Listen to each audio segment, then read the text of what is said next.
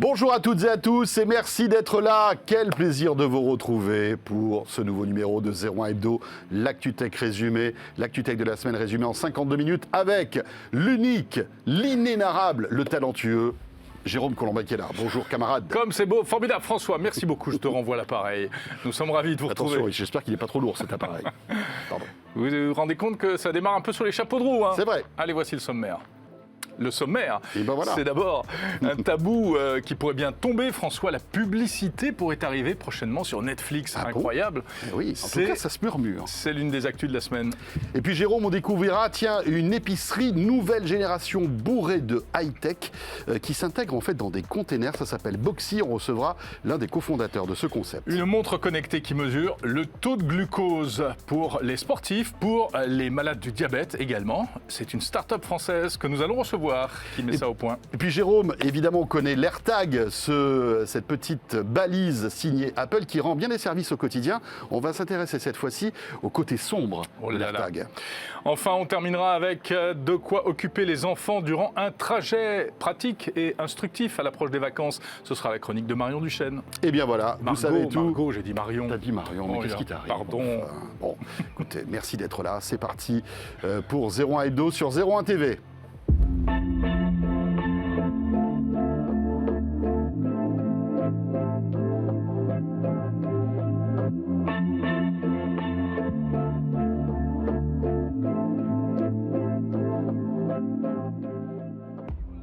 Retour côte à côte. T'étais là la semaine dernière ? Mais non, j'étais pas là. Je me souviens même plus quand t'es là, quand t'es plus là. Eh ben non, mais écoute, je suis ravi de revenir. Et je vous rappelle bien sûr que 01 Hebdo et 01 TV, vous pouvez retrouver tout cela sur les box SFR, Free, Orange. Tiens, un petit message subliminal à nos amis qui ont une box Bouygues. T'as une voiture à vendre ? Ça va arriver très vite. Voilà. Mais on en dira un petit peu plus, un petit teasing. On vous en parlera un petit peu plus dans quelques jours. Et puis bien sûr sur l'appli RMC BFM Play, sur la chaîne YouTube. On est partout sur tous vos écrans, bien sûr. Voilà, comme chaque semaine, on vous a concocté une petite émission rien que pour vous avec toute l'équipe de 01 TV. On commence par l'actu.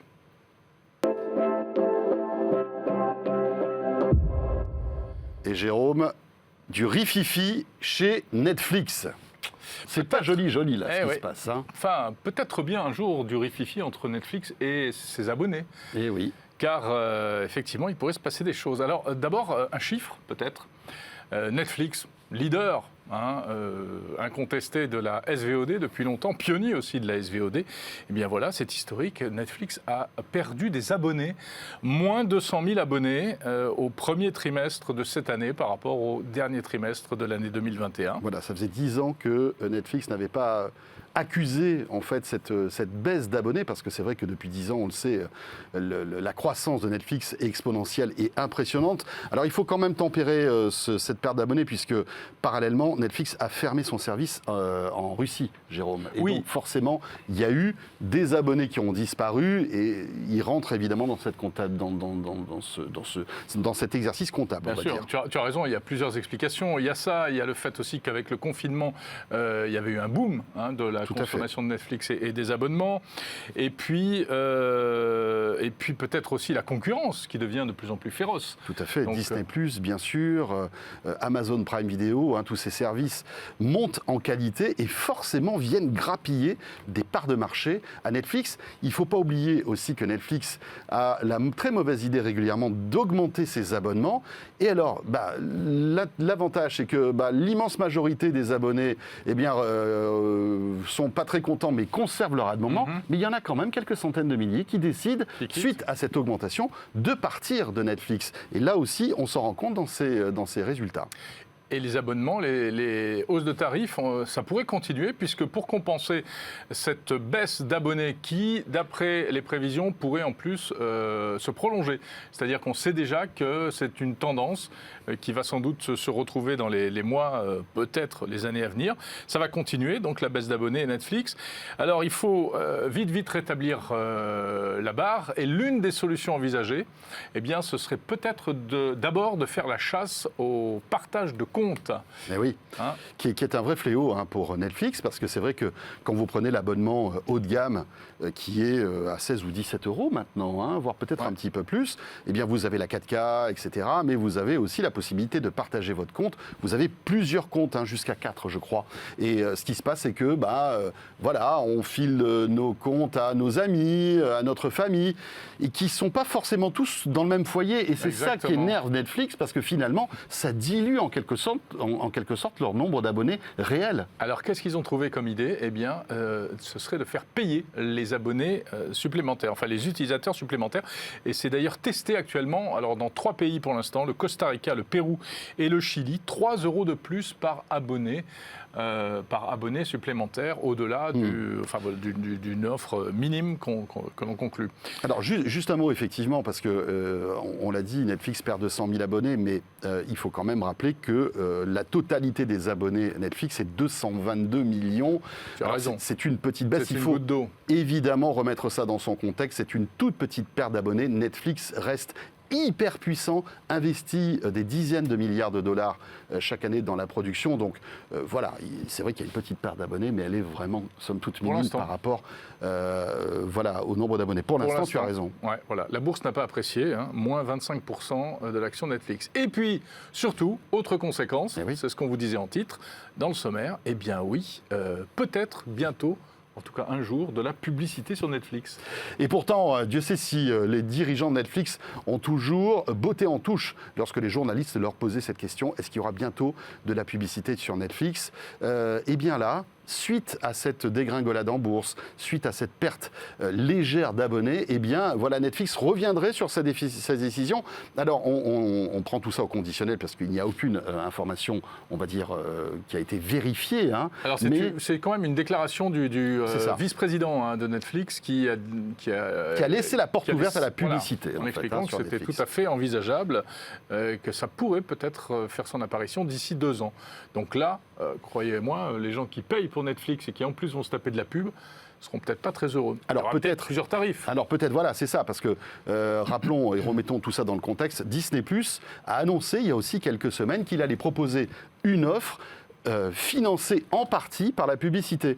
Donc l'idée, c'est de payer, par exemple, au lieu de payer 10 €, vous payerez peut-être 5 €, mais vous auriez de la publicité en échange. Mais vous auriez le choix. Si vous continuez à payer 10 €, vous n'auriez pas de pub. Mais si vous voulez payer moins, eh bien, en échange, vous auriez de la publicité. C'est intéressant parce que ça permet à tous ces géants, en fait, d'avoir un nouveau financement, mais qui n'est pas obligatoire. Par exemple, toi, si tu veux payer le premium du premium, tu n'auras pas de pub. Moi, c'est jamais en dessous du premium du premium. Toujours. Bah oui, c'est Jérôme Colombin, mesdames, messieurs.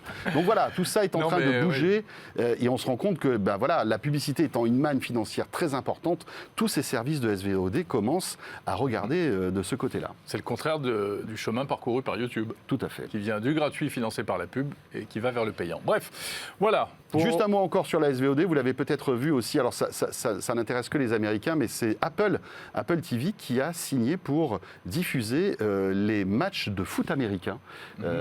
C'est un gros contrat qui était auparavant réservé à DirecTV, qui historiquement détenait en fait ses droits depuis de très nombreuses années. Et bien voilà, Apple TV se lance à la fois dans le sport et dans le direct, avec donc le foot américain. C'est aussi un petit événement, mais qui est réservé aux Américains, puisque c'est vrai que nous, culturellement, le foot américain, ça nous passe... Mais tu as raison, c'est la tendance qui est intéressante. Voilà, on bascule vers quelque chose de nouveau. Quand les pure players comme ça se mettent à faire du live, comme la télé, c'est qu'il se passe quelque chose. Et puis surtout quand c'est Apple qui, on sait, a une fortune de plusieurs milliards de dollars. Exactement. Alors, autre actu de la semaine intéressante, le feuilleton Twitter Elon Musk. Ça fait déjà 3 semaines qu'on en parle de cette histoire-là. Et ça ne s'arrête pas. Et ça ne s'arrête pas, exactement. Donc, juste une petite mise à jour. Qu'est-ce qui s'est passé dernièrement ? Ça a continué. Donc, vous avez peut-être... on vous résume très, très brièvement l'affaire. Elon Musk a laissé entendre et a déclaré qu'il voulait racheter Twitter pour 43 milliards de dollars. Il l'a annoncé le 14 avril dernier, après avoir investi à hauteur de 9%. Donc, il a dit que 9%, ça ne lui suffisait pas et qu'il se prendrait bien 100%. Mais c'est une pilule qui passe mal auprès notamment des salariés, même du fondateur Jack Dorsey. Et oui, parce qu'on se dit, mais là, c'est lâcher le loup dans la bergerie. Exactement. Elon Musk, qui est, on le sait, quelqu'un de de totalement génial, mais un peu à part, qui est une personnalité un peu fantasque, et lâcher Elon Musk et lui donner les pleins pouvoirs à bord de Twitter, franchement, on ne sait pas trop ce qui se passerait. Hein. Il paraît qu'il voudrait mettre Twitter sur orbite. Voilà, c'est ça. Créer un satellite Twitter, peut-être envoyer Twitter sur Mars. Ouais. Mais plus sérieusement, voilà, est-ce que... parce que Twitter est quand même un réseau social Twitter, assez... c'est un média aujourd'hui. Voilà. C'est un média d'un nouveau genre, mais... Et puis qui évolue très peu finalement, hein, qui est assez préservé. Et là, on peut imaginer que si Elon Musk commence à s'emparer de Twitter, il pourrait modifier substantiellement en fait l'essence même de Twitter. Voilà. Et ça fait peur évidemment aux actionnaires et au fondateur, hein, Jack Dorsey. Alors, l'entreprise Twitter a réagi et ils ont sorti un truc qui s'appelle la pilule empoisonnée. Oula! On se croirait, tu sais, dans Matrix. Ou dans un film d'espionnage, tu sais. C'est une technique financière que je ne connaissais pas, moi, personnellement, mais toi qui es très versé dans la finance, tu la connais. Oui, un petit peu, ouais. Et donc, en gros, c'est le fait d'autoriser tous les salariés de Twitter, enfin les actionnaires actuels de Twitter, à racheter des actions Twitter. Tout à fait. Pour diluer et pour faire baisser le prix. En fait, pour faire baisser le prix de l'action, et donc, tout en continuant à demander plus à Elon Musk, et donc, en fait, ça lui coûterait plus cher, ce serait pour essayer de l'écarter, quoi, finalement. Exactement. Et cette pilule empoisonnée en fait, se déclencherait à partir de 15% d'acquisition des actions Twitter pour n'importe quel actionnaire. Parce qu'on ne peut pas évidemment réserver ça à Elon Musk. Ce serait pour tout le monde. Et forcément, Elon Musk serait visé. Rappelons qu'aujourd'hui, il a à peu près 10%. Donc, s'il dépasserait les 15%, automatiquement, cette pilule empoisonnée se mettrait en route et ralentirait la montée en fait dans les pourcentages d'actions de Twitter pour Elon Musk. Mais tu as raison de préciser qu'il n'y a pas qu'Elon Musk, puisque des fonds d'investissement se sont déclarés intéressés par l'acquisition de Twitter. Donc vraiment tout le monde veut croquer le petit oiseau bleu. Alors qu'est-ce qui va se passer ? Finalement, c'est pas le réseau social qui marche le mieux. Hein. Non, mais il y a une influence. Bien sûr. C'est le réseau qui a une influence énorme dans plein de pays. Mais quand tu vois que c'est un réseau qui a plus de 15 ans, qui vivote, hein, alors qui gagne un petit peu d'argent, mais pas énormément par rapport au TikTok, au Snapchat ou même à Facebook et à Meta, tu te dis que Twitter n'est pas... enfin, en tout cas, si Elon Musk rachète Twitter, c'est pas pour s'enrichir, hein, visiblement. Non, c'est sûr. Mais c'est pour ça que je dis que c'est un média. C'est au-delà de l'aspect financier. Oui, c'est l'influence. C'est l'influence, exactement. C'est comme quand on achète un journal qui ne va pas très bien, au moins... C'est ça. On possède un journal. Et quand on sait aussi que Elon Musk communique tout le temps sur Twitter, c'est là qu'il annonce par exemple des nouveautés, c'est là qu'il réagit sur certains sujets. Enfin, pour lui, c'est un vrai média. Hein, et c'est vrai que ça a du sens de le racheter. Alors, on devra en savoir plus le 28 avril. On est le combien là ? Eh bien, écoute, on est le 21, la semaine prochaine. Voilà, on va suivre ça évidemment de près. Dans l'actualité aussi, c'est une petite révolution.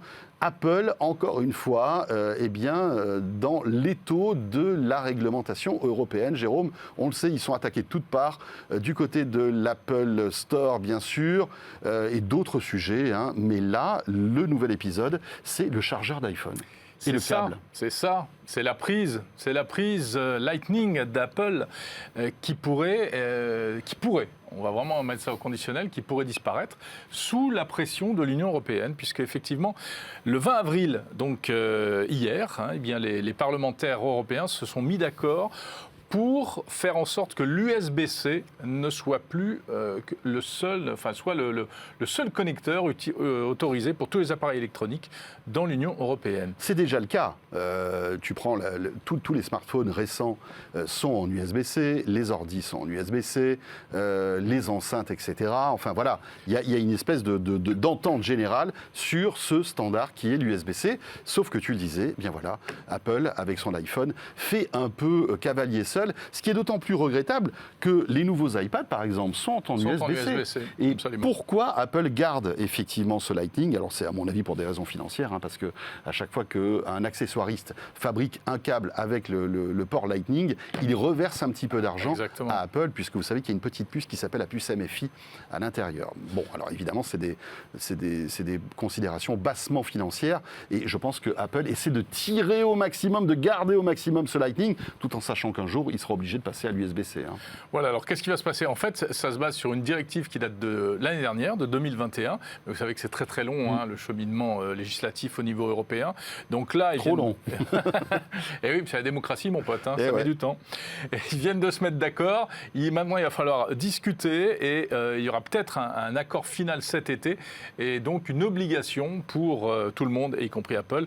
On parle de la mi-2024. Ouais, donc ils ont encore 2 ans. Ils ont encore un peu de temps devant eux. Et peut-être qu'Apple, d'ici là, aura décidé au niveau mondial de passer à l'USB-C. Donc voilà, mais c'est quand même intéressant de voir que l'étau se resserre un peu sur Apple, sur tous ces sujets assez sensibles.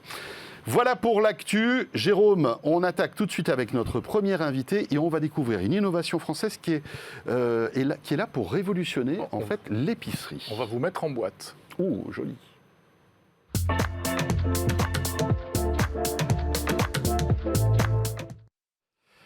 Et nous accueillons le premier invité de 01 Hebdo cette semaine, c'est David Gabet. Bonjour David. Bonjour David. Bonjour. Cofondateur de Boxy. Tout à fait. Boxy, c'est un supermarché high-tech, connecté, sans caisse, mais sans caisse ni vendeur, et en plus qui tient dans une boîte, si on peut dire. C'est ça. Alors, nous, on le définit comme un service de proximité qui a 3 particularités. Son format qui est absolument révolutionnaire, c'est un format mobile, un container maritime qu'on recycle, et qui peut s'installer à peu près n'importe où. 15 mètres carrés au sol et une prise de courant. Une technologie autonome, donc c'est la combinaison de reconnaissance d'image et de capteurs sur des rayons, et une offre de 250 produits alimentaires sur les essentiels et la restauration emportée. Et donc nous, ce qu'on cible surtout, c'est les zones périurbaines et rurales qui ont moins de commerce, voire pas du tout de commerce de proximité, à moins de 5 minutes. Oui, on est d'accord que vous n'êtes pas là pour concurrencer les épiceries, enfin en tout cas les petits commerces. L'idée, c'est de combler un manque à un endroit précis où vous n'avez pas de concurrents, quoi. Exactement. Exactement. Il y a à peu près la moitié des Français qui sont à plus de 5 minutes d'un commerce de proximité alimentaire. Qu'est-ce que ça veut dire? Ça veut dire la voiture, forcément. Oui. Vous avez besoin de 1, 2 ou 3 produits. La voiture, les horaires aussi. La voiture, les horaires, les contraintes de travail qui sont différentes. Et puis en plus, il y a une certaine révolution dans le mode des mobilités. On veut utiliser moins la voiture, etc. Et donc, nous, notre objectif, c'est d'aller faire ce maillage de cette moitié des gens, donc 30 millions de personnes, pour être leur service de proximité. Pourquoi est-ce qu'on est les mieux placés là-dessus? C'est que les zones de chalandise que représentent ces zones-là ne sont pas suffisantes pour amortir les frais aussi bien d'un service de livraison qui demande un certain nombre de courses à chaque heure, ou bien d'un commerce de proximité traditionnel qui demande un investissement assez important et un chiffre d'affaires minimum que la zone ne peut pas couvrir. Donc c'est là que Boxy est intéressant. Donc vous dites, voilà, on peut résoudre l'équation économique. L'équation technologique, elle se règle comment alors? Alors on a en fait développé 3 brevets. Donc c'est de la reconnaissance d'image par ordinateur avec un tracking de personnes pour différencier les parcours, une reconnaissance d'objets et ensuite un capteur de poids qui est mis sous chacun des produits dans les rayons. Et la combinaison des deux fait qu'en fait on arrive à reproduire virtuellement un panier. Vous prenez les produits, vous les reposez, vous partez, vous êtes débité automatiquement. Comment ça marche en fait? Racontez-nous le parcours un peu du client lambda. On arrive devant cette boutique. Comment ça se passe? Il faut d'abord télécharger une appli. Est-ce que je suis obligé d'avoir mon smartphone? Si j'ai pas de smartphone, est-ce que je peux malgré tout faire mes petites emplettes? Alors non, vous avez besoin de votre smartphone, vous téléchargez l'application Boxy, vous créez votre compte, ça vous prend à peu près 2 minutes. Nom, prénom, adresse mail et carte bleue. Vous avez un QR code qui apparaît en page d'accueil de votre application. Vous le scannez à l'entrée, ça fait une préautorisation sur la carte bleue. À l'intérieur, vous faites ce que vous voulez. Donc là, à partir de là, je peux rentrer. À partir de là, vous pouvez rentrer. C'est le smartphone qui va m'ouvrir en fait la boutique. Exactement. C'est votre sésame en fait pour rentrer dans le magasin. D'accord. Vous pouvez même l'utiliser pour consulter les stocks des produits et éventuellement des promotions ou des offres disponibles. À l'intérieur du magasin, vous faites ce que vous voulez. Vous repartez, vous êtes débité automatiquement, vous recevez votre facture et là, vous pouvez vérifier s'il y a eu des erreurs. Si jamais il y en a eu, vous les indiquez, on a un service client disponible 7 jours sur 7, il corrige la facture et vous êtes débité du montant exact de ce que vous avez acheté. Il faut malgré tout que vous ayez une connexion. Il faut une connexion. Alors nous, on sait travailler sur des connexions assez faibles. D'accord. On a même la possibilité... Parce que c'est vrai qu'on peut dire que vous pourriez, dans des endroits, enfin dans des zones rurales, où il n'y a pas la fibre, où il n'y a pas forcément du super réseau, malgré tout, ça pourrait fonctionner? Oui, 99% du territoire est couvert jusqu'à la partie à la 3G. Donc en fait, on arrive à développer nos magasins dans des zones qui ont des très faibles connexions. Ensuite, ce qu'on sait faire, c'est optimiser notre bande passante. Lorsque le débit est extrêmement faible, on va réussir à piloter le magasin à distance, c'est à faire rentrer le client. D'accord. Et ça va juste ralentir le temps à partir duquel il recevra sa facture. Donc vous avez fait le choix d'une appli, il faut créer un compte, donc on est identifié. C'est pas comme par exemple Carrefour qui a lancé un petit supermarché connecté comme ça, où on paye uniquement avec sa carte bancaire et c'est totalement anonyme. Alors nous, on a une conviction, c'est qu'il est extrêmement important d'avoir une relation directe avec nos consommateurs parce qu'on a besoin d'un flux de données extrêmement précis pour optimiser l'offre et la supply chain de nos magasins. Donc en fait, on a voulu lever l'anonymat de l'acheteur pour passer à un vrai utilisateur de service. Et donc, on estime que c'est une de nos plus grandes forces finalement. Et on a voulu sortir justement de ce que fait la grande distribution, qui est essentiellement de traiter des cartes bleues anonymisées. Donc nous, c'est un point qui est extrêmement important et qui nous permet justement, dans notre vision, de proposer le meilleur service de proximité digital. Ça nécessite un investissement important. Oui. Donc voilà, réaménager un container, le déplacer, mettre de la technologie, des frigos, enfin voilà, c'est pas anodin. Est-ce que, comment vous gagnez l'argent? Parce qu'il va falloir que vous vendiez les produits beaucoup plus chers que dans un magasin traditionnel, non? Alors justement non. Pour amortir en fait tous ces équipements. Non, justement, en fait, nous, on a un modèle qui réalise des gains de productivité. Parce qu'en fait, on a aussi une logistique qui est extrêmement intelligente et mutualisée. On a des hubs qui sont des plateformes logistiques pour approvisionner nos magasins. Nos livreurs, ensuite, font le réassort de plusieurs magasins lors de chaque tournée. Et on peut optimiser aussi le nombre de fois où on y va en fonction des vitesses de rotation des produits. Et donc, en fait, ces gains de productivité-là, nous, on les réinvestit dans le prix pour pouvoir disposer d'un prix similaire à ceux de supermarchés, d'entrée de ville, qui sont la moyenne de ce que les gens peuvent acheter. Et donc c'est ça la grande force de Boxy, c'est de pouvoir proposer, être très démocratique dans l'approche. On a un positionnement prix que tout le monde peut acheter dans des zones dans lesquelles on n'y a pas accès. On trouve quel type de produits? C'est les produits de base, vous l'avez dit, du snacking, etc. Est-ce qu'il y a de l'alcool? Non, alors on ne peut pas vendre de l'alcool parce qu'on a une impossibilité dans le magasin de vérifier l'identité du client. En revanche, ce qui est proposé, c'est une offre d'essentiel de courses du quotidien et de snacking, notamment pour des zones industrielles ou de bureaux. Donc en fait, ça fait 200-250 produits pour aussi bien manger sur place, manger à emporter ou faire un dîner le soir à la maison. Tu trouveras tes chips, Jérôme, ne t'inquiète pas. C'est l'essentiel. J'ai demandé à David, elles seront là. C'est ça. Vous avez combien de magasins aujourd'hui comme ça? Aujourd'hui, on a une trentaine de magasins, on en ouvre à peu près un par semaine. On en aura une soixantaine à la fin de l'année et on vise 1000 magasins à horizon 2025. Est-ce qu'il y a des dispositions particulières contre le vandalisme? Parce que les tentatives comme ça de magasins totalement autonomes se sont parfois heurtées des problèmes de vandalisme. Déjà, l'avantage, c'est qu'il n'y a pas de cash. Non, alors il n'y a pas de cash. Nous, en termes de vandalisme, en fait, on enregistre très peu de vandalisme. On coopère avec les municipalités pour pouvoir en fait, déployer des caméras qui vont être pointées devant les magasins. Et l'autre aspect, c'est qu'on a un contrat d'assurance qui prend en charge les quelques fois où ça peut arriver. Et on a l'absence d'alcool fait qu'on limite beaucoup les comportements un petit peu vicieux de certains clients. Quoi. C'est clair. On ne braque pas trop pour un pot de rillettes ou une pizza surgelée. Je ne suis pas sûr, hein, toi. Franchement, tu serais capable. Est-ce que ça marche? Il y a des bugs, sincèrement? On a 1 à 2% de taux d'erreur qui sont pour moitié à l'avantage du magasin, pour moitié à l'avantage du client. Ce qu'on fait, c'est qu'en fait, on ne débite pas les montants pendant 24 heures. Pour qu'on ait le temps de vérifier. Voilà. En fait. Et ensuite, le client peut faire une demande. Notre support est disponible 7 jours sur 7, donc il traite les demandes en permanence. Et si jamais le produit a été facturé en trop, on le corrige et il n'est pas débité. En revanche, s'il y a un incident sur place au moment où on fait ses courses, il n'y a personne pour régler le problème. Quoi. Si je laisse un paquet, ça perturbe l'algorithme. Non, alors si jamais vous... c'est arrivé, ça j'ai testé. Oui, on ne pose pas le truc au bon endroit, il ne sait plus où il habite. Oui, alors si jamais vous ne le reposez pas au bon endroit, ce qui va se passer, c'est vous allez avoir peut-être une erreur dans la facture qu'on va corriger via le service client. Et ensuite, nous, on a quand même un service de maintenance hyper réactif. Donc, s'il y a un bug, on a un numéro de téléphone qui est disponible dans l'application et dans le magasin d'urgence. On peut faire intervenir dans l'heure, si jamais le problème est bloquant, ou dans la journée, si le problème est moyennement bloquant. Par exemple, comme vous l'avez dit, quelque chose qui serait tombé par terre. Au pire, quelqu'un le ramasse et on ne le facture pas. Okay, voilà, et c'est une innovation française. Boxy. Boxy. Merci beaucoup, David Gabet. Merci à vous. Et on vous souhaite évidemment plein de réussite. Jérôme. On va parler d'une autre innovation française. Tout à fait. Cette fois-ci médicale, c'est notre rendez-vous Tech Care.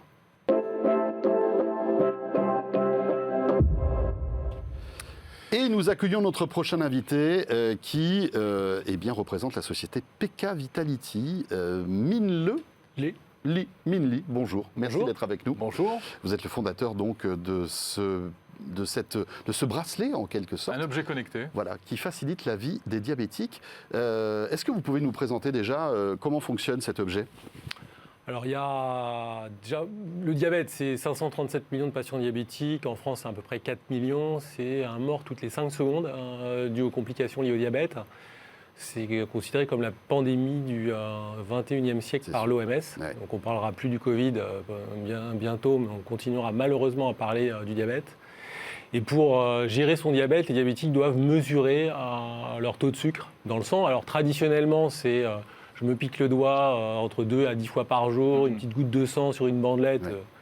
C'est une technologie éprouvée, on appelle ça la glycémie capillaire. Mais qui est quand même assez lourde finalement au quotidien. Contraignante. Hyper contraignante, donc on fait ça toute sa vie. Et c'est un produit qui est globalement détesté par 100% des utilisateurs qu'on a pu voir. Et depuis quelques années, il y a ce qu'on appelle des moniteurs de glycémie en continu qui sont apparus sur le marché, le plus connu étant la botte Freestyle. Vous avez peut-être déjà vu des gens qui ont un patch en haut du bras qui permet de mesurer cette glycémie. C'est ça une vraie révolution, mais les patients se plaignent d'un certain nombre de sujets. Et en fait, nous, notre produit, la K-Watch... de quel sujet ? Alors, ils se plaignent de 4 choses principalement. La douleur à l'insertion, parce qu'il faut quand même une grande aiguille pour rentrer ce patch dans le bras.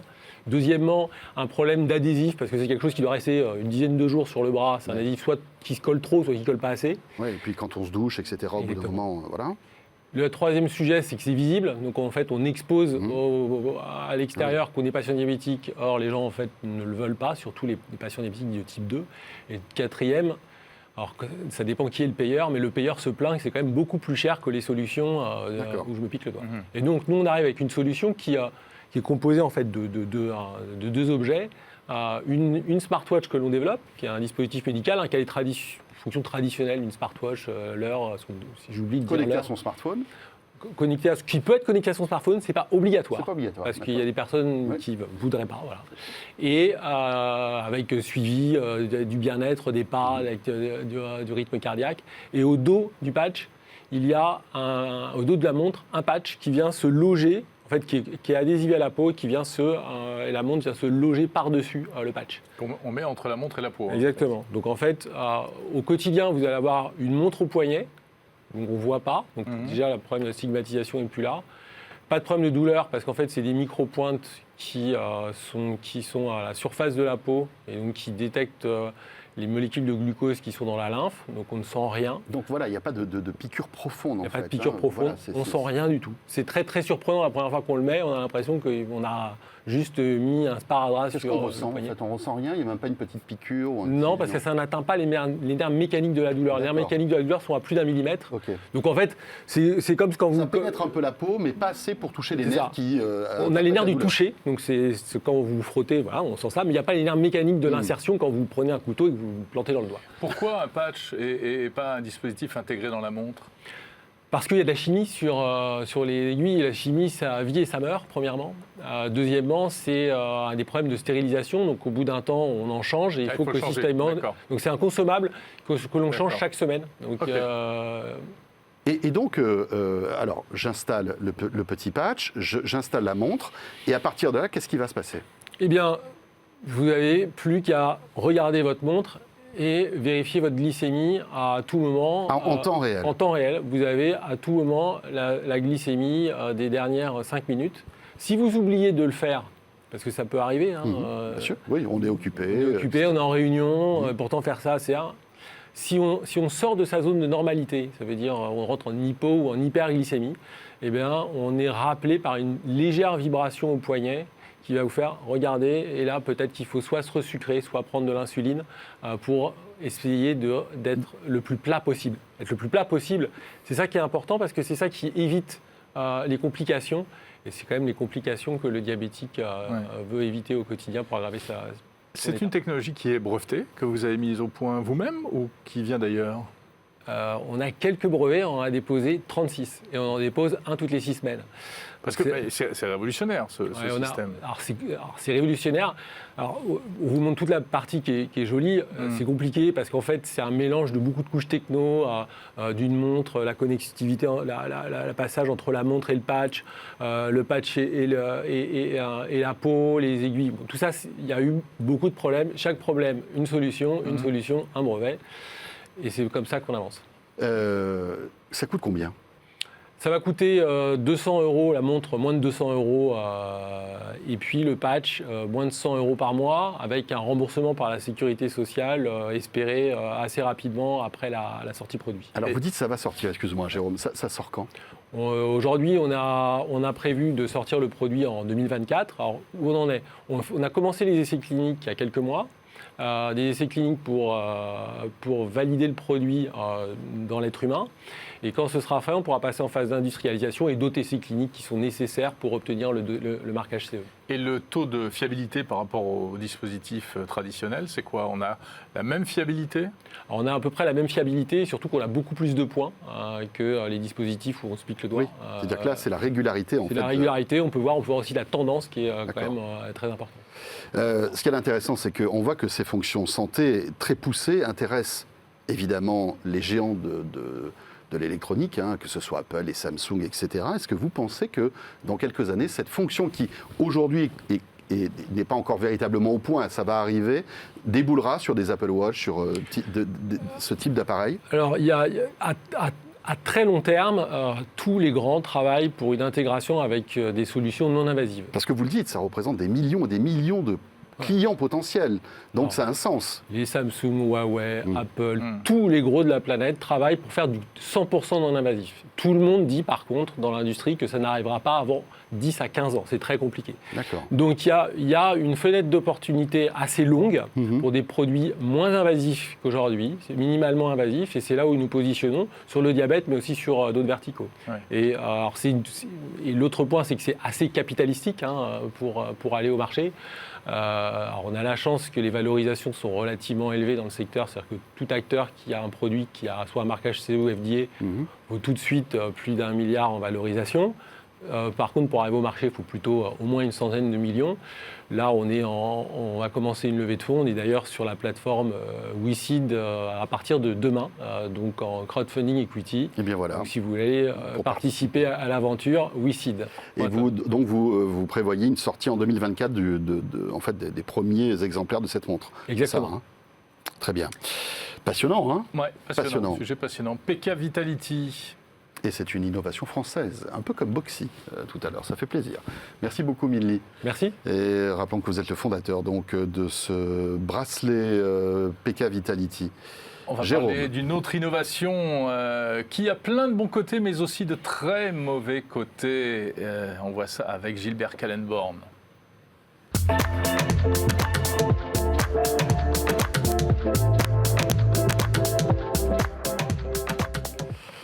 Et on va parler de l'Apple AirTag, Jérôme. Eh oui, le petit AirTag, vous savez, ce petit bouton, ce petit tag, cette petite balise. Cette petite balise. Voilà, Gilbert a apporté la sienne, que l'on peut accrocher à ses clés, mettre dans son sac, sa valise, dans sa voiture pour pouvoir les géolocaliser, ne jamais les perdre. Les clés aussi, porte-clés, etc. Ouais, c'est cool. C'est ce que j'ai dit d'ailleurs. Tu l'as dit parce que j'ai entendu valise. Pas. Non mais il ne m'écoute pas, Gilbert. Salut Gilbert. Salut. Gilbert Kallenborn de la rédaction de 01net. Alors ce qui est intéressant, c'est que comme tout objet rond et fin, c'est un revers de la médaille. Et oui. Et le revers de la médaille, c'est que cet objet a parfois, on détourne un petit peu ses usages. Malheureusement, l'esprit humain est parfois mal tourné. Oui, ça arrive. Donc c'est vrai que l'idée à l'origine était quand même très bonne. Voilà, ce petit rond qui permet de retrouver ces objets perdus. On l'attendait depuis des années, on savait qu'Apple avait ce truc-là. C'est un vrai bijou high-tech. Donc il y a NFC, Bluetooth, ultra wideband, et tout ça dans un tout petit volume avec une autonomie de 1 an. Donc c'est quand même bravo, quand même pas mal. Le problème, c'est que y a pas mal de gens qui ont tout de suite vu là un moyen pour espionner leurs proches. Et voilà. Ouais. Et on va pas tourner autour du pot. C'est souvent généralement des hommes. Qui, Ah bon Qui voilà. espionnent leurs femmes. Voilà. C'est ça. Non, mais quelle horreur. Voilà, c'est l'ex-conjoint jaloux et revanchard, le mari possessif, Oui. le patron Le libidineux. mari suspicieux. Alors, en fait, comment on sait tout ça? C'est que le site Vice a fait la tournée des postes de police aux États-Unis pour voir un petit peu quelles sont les plaintes qui ont été déposées au sujet donc, de l'Apple AirTag. Ils ont récupéré 150 rapports, 150 plaintes, et 50 d'entre elles sont liées, ont été déposées par des femmes parce qu'elles voulaient, parce elles pensent être espionnées par un homme. Alors, Il y a un homme quand même qui a aussi déposé une plainte. Quand même, bon. Ouais, ça peut arriver dans les deux sens. Ça peut arriver Donc, dans les deux sens, mais pas beaucoup. Il met l'AirTag au fond du sac de la personne. Alors non, c'est pas au fond du c'est pas sac. comme ça, ça Non, passe. c'est pas comme ça. Le cas classique, c'est l'AirTag est caché dans la voiture quelque part. D'accord. Donc, pourquoi elle dépose plainte? Tout simplement parce qu'au bout d'un moment, ça commence à cuiner en fait l'Apple AirTag, parce qu'il y a quand même Oui, il y a des protections. sécurités. Il faut le dire, il y a des quand même protections. des mécanismes de protection. Apple a sorti donc cet objet il y a un an et très rapidement a musclé quand même les mécanismes de détection de harcèlement. Et donc par exemple, alors au début, ça a sonné au bout de 3 jours. Après, ils ont commencé à intégrer donc, un mécanisme de détection de suivi qui se met en place automatiquement et qui non seulement donc, déclenche une alerte sonore, mais également envoie des alertes sur l'iPhone en fait, de la personne suivie. C'est l'iPhone le plus près qu'il trouve. Comment il Non. détecte que c'est celui de la personne suivie? Eh bien, c'est les algorithmes d'intelligence artificielle que En gros, Apple a développé. En gros, pour qu'on comprenne, Oui. je te mets par exemple dans la poche de ton jean, Jérôme, Ouais. un AirTag parce que je veux Ça, savoir ça- où ça- tu ça es m'étonnerait et pas si de tu n'as toi. pas encore acheté 3 paquets de chips. Donc Voilà, je veux te d'accord. suivre et savoir si tu vas à l'épicerie la plus proche. Voilà. Voilà. Au bout d'un moment, Moi, je vais- Jérôme ton va recevoir iPhone une alerte va sur son recevoir téléphone. tu vas recevoir une alerte en disant vous avez un AirTag à proximité qui ne vous appartient pas mais qui Ça, vous suit. Exactement. Voilà. Et là, C'est ça le truc. Tout à fait. Et d'ailleurs, Et Pierre, là, tu te dis là, je vais au commissariat, je te dénonce immédiatement. Pierre Eh ben Fontaine, vous connaissez Pierre Fontaine, Oui, notre expert Qui ne Apple, connaît pas Pierre Fontaine a équipé toute sa famille de Apple AirTags. journaliste de Et la donc, du rédaction coup, de à 01. chaque fois quand il rentre avec son fils de l'école, tout de suite, il a l'alerte parce que son fils a un Apple AirTag, etc. donc ça fonctionne. Donc, ça fonctionne très, très bien. Mais alors attends, Et lui, il l'a Gilbert. dit à son fils, rassure-nous. Hein? Bon, je pense. Oui. J'ai un smartphone Android. Qu'est-ce qui se passe? Et oui, alors, trou dans la raquette, mais tout de suite comblé par Apple, enfin, au bout de quelques mois, ils ont développé une application. Eh oui. Et oui, ils ont développé une application qui fait la même chose que sur un iPhone. Alors le problème, c'est qu'il C'est faut qu'il faut la évidemment, télécharger. il faut la télécharger. Voilà. Et bon, voilà, tout le monde ne la télécharge pas. Mais Il par faut- exemple, toi, tu il faut être au n'as pas courant. un iPhone, tu as un smartphone Android, je te glisse un AirTag dans ta poche. Eh bien, s'il a des doutes, il télécharge Alors, l'appli. j'ai qu'est-ce qui va se passer j'ai quand même l'alerte sonore. Bon. Oui, c'est-à-dire Ouais. qu'au bout d'un moment, l'AirTag va sonner pour dire coucou, Bip, je bip, suis bip, à un bip. endroit où je ne devrais pas être. Voilà, Hmm. exactement. Mais j'aurais pas l'alerte. Sur le smartphone. sur le smartphone si j'ai pas téléchargé cette application. D'accord. Ok. Ouais, donc oui, il faut QFD. savoir qu'il existe une appli, il faut savoir que, enfin, il faut se douter de quelque chose pour télécharger l'application. Bah- Autrement, personne ne la télécharge. Non, mais si Il tu faut as des déjà doutes, être tu- informé, par exemple en lisant Zeronet. Voilà, attention, on peut être suivi avec un Apple AirTag, télécharger Ouais. cette application. Enfin, si tu entends bip bip chaque fois que tu montes dans ta voiture, ça peut te mettre la puce à l'oreille quand même. Oui, mais alors c'est pas forcément facile à trouver, parce que Ah non, je dis pas qu'on va le trouver, mais au moins, si en plus, dans ce cas-là, tu télécharges l'appli et tu vois que c'est un AirTag, qu'il y a un AirTag à proximité, Oui, tout à fait. là, tu peux quand même prendre des dispositions. Exactement. Tu démontes ta voiture Alors pièce on par pourrait dire, pièce. voilà, affaire résolue. Et non, malheureusement non, parce qu'en fait, il y a des petits malins quand même qui ont alors trouvé un petit, Ah. des bricoleurs qui ont ouvert l'Apple AirTag et Ah. qui désactivent en fait le haut-parleur. Alors, Ah là. alors il y a des Apple AirTag qui se vendent en fait sur des sites. Ou des Apple AirTag Des hackés, en quelque sorte. silent AirTag. Alors c'est pas un gros hack. Oui. On Faut mettre un coupe coup de un marteau fil, je dessus, sais quoi. pas. Enfin, j'ai pas trop Ouais. regardé, mais bon. Donc du coup, il sonne plus. Alors par contre, on a quand même encore l'alerte. Oui, On a quand même encore l'alerte sur le téléphone. sur l'iPhone. Voilà. Hmm. Mais il y a d'autres petits malins, donc il y a d'autres des chercheurs en sécurité qui ont montré qu'il est possible de créer des clones d'Apple AirTag. Non. pour créer l'équivalent d'un Apple AirTag, mais qui non seulement ne sonne pas, mais en plus n'envoie pas d'alerte, qui ne sont donc pas détectables. Et là, qui sont vraiment des petits mouchards, quoi, en quelque Qui sont des mouchards et qui profitent donc de toute cette... c'est un peu une infrastructure que Apple a mis en place qui est très très performante parce que tout le monde partout on trouve des iPhones. Oui, bien sûr. Voilà. Mais donc Gilbert, ces fake, ces clones d'AirTag utilisent le réseau des iPhones. Oui, ils utilisent les protocoles Ouais. créés par Apple. Ils ont analysé les Apple AirTag par rétro-ingénierie. Et du coup, ils ont recréé l'équivalent, mais Enlevé de toutes les protections. sans les mécanismes de détection. Il y a des claques Et qui ça se marche. perdent, non Ils l'ont testé, ça marche. Oh là là. Bon, ils C'est pas le bon, vendent ça. pas. C'est un travail c'était un académique, proof of mais concept. un D'accord, proof of d'accord, concept, ok. mais bon, après. Qu'est-ce que tu en penses? Est-ce que tu conseilles ce type d'objet ou pas? Ou alors, Alors, quel moi, conseil tu pourrais donner à tous ceux qui De toute façon, ont c'est des, pas parce que des AirTags? c'est pas parce que tu l'achètes pas que tu vas pas avoir ce genre de Oui, problème. non, moi je trouve ça très pratique. Mais alors, Bah du coup, les associations de défense des droits citoyens, eux, évidemment, ils disent attention. Il faut les interdire. Il faut les interdire. La seule solution, parce que c'est trop performant, c'est trop bien. Ouais. Et seule solution pour vraiment sécuriser en fait toutes ces femmes qui peuvent être harcelées, c'est d'arrêter la commercialisation. C'est évidemment radical, mais pour l'instant, on est un petit peu rentré dans un jeu du chat et de la souris quelque part. Ouais, ouais. Donc à chaque fois une Après, il y a- contre-mesure, Après, ouais. aussi pour voler les voitures. Après, il y a le côté juridique. Il faut rappeler que c'est aussi, tout à fait. Je sais C'est pas une si autre vous vous souvenez de dérive. cette histoire-là, hein, mais Oui. il y avait des petits malins qui mettaient des Apple AirTags pour sous les savoir voitures où les gens de habitent. luxe. Ouais. Quand la voiture était inoccupée toute seule, et puis après ils pistaient les gens pour savoir jusqu'où ils allaient. Ils attendaient qu'ils se garent chez eux, Ouais. donc ils savaient exactement où était la voiture. Après, il suffit de suivre la voiture pour savoir où Oui, ils mais habitent. c'est plus pratique. En fait, tu n'es pas obligé de suivre la Bien voiture, sûr. tu vois. Ouais. Si quelqu'un a une suspicion, là, après ton truc, tu vois sur le Maps, tu vois exactement où est la Après, il y voiture. a quand même une sécurité juridique, entre guillemets. C'est que si on découvre que quelqu'un suit quelqu'un d'autre, c'est passible de poursuite judiciaire. C'est Ah oui, tout à interdit. fait, Hein. Bien sûr. Ah oui, il faut le rappeler quand même. Oui, tout à fait, c'est totalement interdit. Oui. Bon, Mais, tout ça est un peu.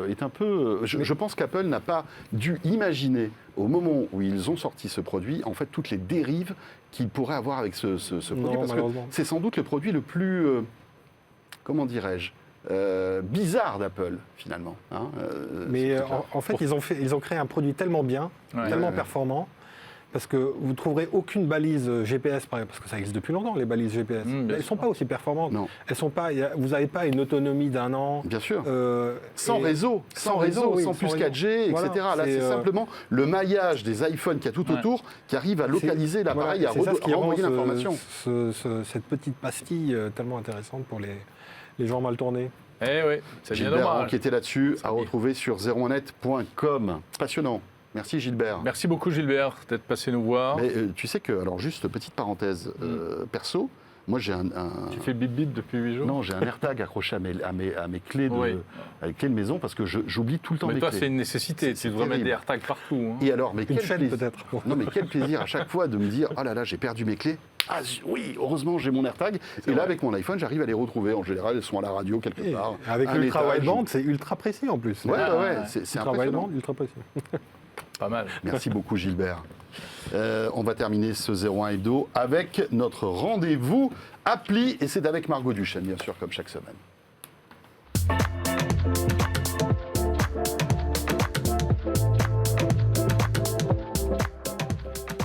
Margot Duchesne et son petit carnet. Eh oui. c'est Bonjour. Margot. Bonjour Margot. Margot traque les applis, les amis, chaque semaine. Elle en teste des dizaines, rien que pour nous, pour vous. Elle enquête. Elle enquête. Et Elle cette contacte semaine, les créateurs d'applis. c'est Elle ça. teste les testeurs. Oui, tout à fait. Et cette semaine, tu vas nous parler eh bien d'une petite sélection d'applis pour occuper les enfants Oui. durant un trajet avec les vacances qui arrivent. Oui, c'est ça. On voit que les vacances ont déjà commencé pour certaines parties en France. Mais je sais que là, par exemple, à Paris, ça va être là. Ça va être vendredi. sûr. Et Donc, puis je les me suis vacances, dit, les grandes vacances vont et pas tarder à puis, arriver aussi. Et puis, il y a d'autres vacances entre-temps. Donc, C'est bon, ils ne sont pas perdus, les enfants, avec les vacances. Hein. Je pense qu'ils en ont assez comme ça. Donc, du coup, C'est un autre débat. Oui, c'est ça. Mais je me suis un peu focalisée sur les applications et surtout en particulier particulier une seule. C'est Cabriole. C'est une application qui est toute récente, qui est sortie sur iOS en l'été dernier, l'été 2021, et qui va sortir sur Android dans quelques semaines. Voilà, c'est quand même assez récent, c'est tout nouveau. Et donc Cabriole, c'est l'histoire d'un petit moineau. C'est un petit moineau qu'on va suivre tout au long de ses aventures pour nous faire découvrir le patrimoine français. J'ai trouvé, c'est joliment dit quand même. Ah oui, c'est superbe. C'est sympa. Le Et pitch donc, est cool. ouais, et du coup, en fait, vous avez, c'est surtout pour les enfants âgés de 4 à 10 11 ans. Ouais, Bon, les enfants de les 3 petits. ans vont pouvoir comprendre aussi. Mais c'est quand même plus dirigé vers les enfants, les plus petits. Parce que du coup, on apprend aussi du vocabulaire. Et c'est en particulier, vous pouvez l'avoir chez vous. Donc, c'est que des audios. C'est sous format audio que vous pouvez télécharger donc, en restant à la maison. Ou alors, vous allez, par exemple, sur l'autoroute. Voilà, vous partez en vacances avec vos parents. Et donc, vous êtes à l'arrière de la voiture. Vous pouvez même l'utiliser avec un très vieux iPhone, voilà, un très vieux smartphone. Ça marche très bien. Il y a juste besoin de télécharger les audios. Et puis, ça vous géocalise en fait. Et en fonction de votre position, génial. on va vous dire levez la tête. Tout d'un coup, La vous montagne allez Sainte-Victoire, apercevoir telle montagne. Reconnaissez la montagne. La Et station-service. Les Donc, vous avez- flamants roses de Camargue. Vous avez plusieurs sortes d'audio et surtout, ça peut être à la fois ludique mais aussi interactif. Donc avec cette géolocalisation, ça va permettre donc de suivre des petites histoires, des petites aventures de ce petit moineau, Cabriole, en fonction de votre position. Mais vous pouvez aussi avoir des anecdotes avec la partie « le saviez-vous » enfin « le sais-tu ». Et puis vous avez aussi « lève on la se tête tutoie. ». Exactement. « Lève la tête ». Donc par exemple, s'il y a un aéroport vers là où vous vous retrouvez, eh ben, on va vous dire « levez la tête ». Il se pourrait qu'il y ait un avion quelque part vu qu'il y a un aéroport. Et donc l'enfant va en fait être incité à regarder en permanence dehors. Et donc, Ça va va pas casser être la monotonie collé. en fait du trajet. Oui, voilà. etc. Surtout, il va Il s'en savoir rend pas où il compte. est. Exactement. Parce Il va pouvoir découvrir des choses et puis surtout regarder ailleurs. Parce que très souvent, les enfants ont quoi dans les mains? Ils ont une tablette. Ouais. Ils ont un Margot, petit écran. Tu as interviewé en fait la fondatrice de cette appli. Oui, voilà, Alice Honor, la fondatrice, ça a été très intéressant et très enrichissant, et qui a justement une fille de 8 ans et qui me dit c'est comme ça que c'est m'est venu, j'avais envie qu'on discute dans la voiture, qu'on puisse communiquer et qu'on puisse jouer et être à fond en fait dans ce parcours et découvrir la France en fait. Il y a aussi Cherche et Trouve, comme je disais, avec les 4 petites images. Donc l'enfant doit se dire tiens, oui effectivement ça ressemble à telle image. Donc c'est vraiment ludique et interactif. Et vous avez aussi la quête des animaux, ce que j'ai trouvé plutôt sympathique aussi. C'est par exemple, l'enfant fait toujours le même trajet les week-ends pour aller chez mamie. Et donc, il passe devant un petit bois et à chaque fois, il voit une biche. Donc, il doit dire, voilà, j'ai vu une biche à tel endroit. Et donc, le téléphone, grâce à la géolocalisation... Il y a de la chance, hein. Si chaque fois qu'il passe, il voit une biche. en tout cas, en Bourgogne, c'est comme ça. Quand on va chez les grands-parents, on voit des petites biches. Et oui, Waouh. des Tu vois des sangliers biches aussi. ou des bûches Tout dépend. Les bûches, Dépend. il y en a un peu plus. Et donc, du coup, on peut le mentionner. Et après, au retour, il va calculer, il va se dire, tiens, on est déjà passé par là et tu avais vu tel animal. Est-ce qu'il est toujours là? Donc l'enfant est vraiment sollicité. Mais oui, c'est ça. Et je trouve que c'est beaucoup plus intéressant que juste regarder l'âge de glace derrière la banquette, quoi, sur la un banquette arrière. alligator. Et à la maison, il y a la même chose pour regarder ces audios-là, mais en fonction de catégories. Donc voilà, animaux, monuments, traditions, personnages historiques. Et à la fin, les enfants en savent plus que les parents sur les régions qu'ils traversent. Exactement. Mais du coup, il y a un échange. Ah, tu savais, maman ou papa, tu savais Ouais, qu'il y avait c'est ça, clair. qu'il y a ça. On est passé à côté de ça. Tiens, ça peut être très intéressant. Donc après, ça marche. Il y a un système aussi de gamification pour vraiment être sûr d'inciter l'enfant à rester et qu'il prenne plaisir. Donc à force de regarder ces petits audios ou de faire des petits quiz, des petits jeux, comme je vous en ai parlé tout à l'heure, et bien du coup, il va gagner des points et il va changer de statut. Donc c'est assez sympathique. Voilà. Au début, c'est le petit promeneur. Après, c'est vraiment l'aventurier. Le côté gamification. Oui, Combien voilà. ça coûte? Alors, du coup, c'est sous forme d'abonnement. Alors, bon, quand vous commencez... Voilà, quand elle commence à dire Quand elle dit ça, Margot, c'est que c'est un peu cher. Moi, je la connais. c'est que là, il y a un remarqué. problème. C'est pas forcément cher, mais c'est juste Mais, qu'en fait, pour le début, on vous offre 30 minutes d'essai gratuit. Et 30 minutes, c'est le temps de téléchargement de tous les audios. Donc, bon, comment vous dire qu'on ne peut pas vraiment les tester. D'accord. Mais bon, on leur en veut pas, ça vient de commencer. Ça vient de débuter, donc forcément, ça prend du temps. Après, au niveau de l'abonnement, c'est 4,90 € par an pour avoir toutes les autoroutes. Mais est-ce qu'on peut, par exemple, prendre un mois? Oui, ça va venir. Pas encore, pas Parce tout que de suite. l'idée, c'est, Ouais. enfin voilà, tu Oui. pars en vacances au mois d'août, Je t'en Voilà. sers une tu fois. prends le quoi. service pour l'aller, pour le retour pendant On est un bien mois, mais d'accord. après, toute l'année, tu n'en as pas forcément Ça besoin. va venir, quoi. ça va être développé. Pour l'instant, c'est forcément annuel. Et si vous voulez qu'une seule autoroute, parce que vous savez que vous allez tout le temps faire S'ils les ont mêmes besoin de quelqu'un vacances pour le ou autre, marketing, on appellera François. Sinon, c'est 6,99 €. Voilà, en fonction d'une autoroute. Si vous voulez vraiment le packaging des 3 autoroutes, ça sera 14,99 €. Ça reste quand même Oui, raisonnable. c'est correct. Mais il y a beaucoup beaucoup de choses qui veulent enrichir, qui veulent développer aussi à l'avenir, dont des partenariats pour créer une box. Les petites box que vous allez recevoir mensuellement ou non, oui. avec Pas besoin justement... du téléphone. Non, c'est ça, votre espèce de guide de routard, mais pour enfants, avec voilà, votre petite carte. Margot, est-ce que Oui. tu as d'autres applis dans ce Oui, domaine? parce que je me suis dit, bon, ça c'est vraiment aussi centré sur les enfants. Si vraiment vous êtes dans la voiture, vous avez vos parents, bon, forcément il y en a un qui conduit quand même, donc il ne peut pas forcément trop participer. Vous avez 2-3 applications que moi j'aime beaucoup. Alors vous avez Flag Quiz, ça c'est pour vraiment s'entraîner à repérer, en tout cas à apprendre le nom du pays en fonction de son drapeau, ce qui est quand même plutôt sympathique. C'est un peu comme le même principe avec les capitales. Ça vous enrichit quand même, c'est bien quand même pour la culture. Oui, bien sûr. On a aussi Guess the Brand Logo, donc ça c'est assez... vous pouvez le faire même dans le métro, enfin qu'on se le dise, c'est des applications qui sont un petit peu passe-partout, mais que je trouvais sympa aussi dans la voiture. Donc là, vous devez découvrir, grâce à des petites lettres, découvrir le nom d'une marque. Donc, des fois, vous avez le logo qui est un peu flouté, il faut que vous retrouviez le nom, voilà, c'est un peu ça. On a aussi 4 photos et une image qui est assez connue quand même. Vous avez plusieurs images, et puis il faut découvrir le mot qui les relie les 4, ou encore Quiz Duel, pardon. Ça, c'est plus pour vous entraîner ou vous défier avec vos amis, ou encore même vos frères et sœurs derrière la voiture, en évitant bien entendu de s'entretuer. Derrière la voiture. Derrière la banquette, sur la banquette. À l'arrière de la voiture. À l'arrière de la voiture. Accroché avec une corde. Oui, bon, ça marche aussi. Oui, Dépend pas des parents. longtemps. Sur une Non, planche. ça marche pas longtemps. Ça marche pas longtemps. Mais voilà, Très c'est des bien. petites applications Bon. utiles, sympathiques, qui font passer le temps. Merci Margot. Merci beaucoup, Ça donne envie de Margot partir en Duchesne. vacances. Oh là Oui. là. Beaucoup trop. Et de télécharger toutes ces De applis. défiler les kilomètres et d'aller au soleil. Ouais, exactement. Voilà, ça Ouais. donne C'est envie. Surtout avec les surtout en voiture, parce que si je suis Ouais. en avion, par exemple, ça marche pas. Ou en train, ça marche. En train, non, ça Ah. va être... Ça va être Ça va être un rapide. peu plus rapide, ça sera Trop compliqué. rapide, Après, on ouais. peut très bien l'utiliser hors connexion. Si vous avez téléchargé les audios, vous pouvez très bien le faire. Non, mais ce qui est Mais il n'y sympa, aura pas de rapport c'est de avec la la géolocalisation. ouais. Exactement, voilà. Bon. Après, c'est tout à fait possible, en tout cas, ça reste possible. C'est Très moins bien. ludique, Cool. moins interactif, on va dire. Merci Margot Duchesne. Et Jérôme, c'est avec toutes ces bonnes choses. Voilà encore un bon 01 hebdo Et avec émotion, bien qui sûr. se termine. Et oui, c'est toujours évidemment beaucoup d'émotions de vous retrouver toutes les semaines. J'espère que vous avez passé un bon moment et on sera là, bien sûr, la semaine prochaine, Jérôme. Exactement, voilà, continuez à regarder toutes les vidéos de 01 TV surtout. Merci pour votre fidélité, à très vite, salut à tous. Salut à tous.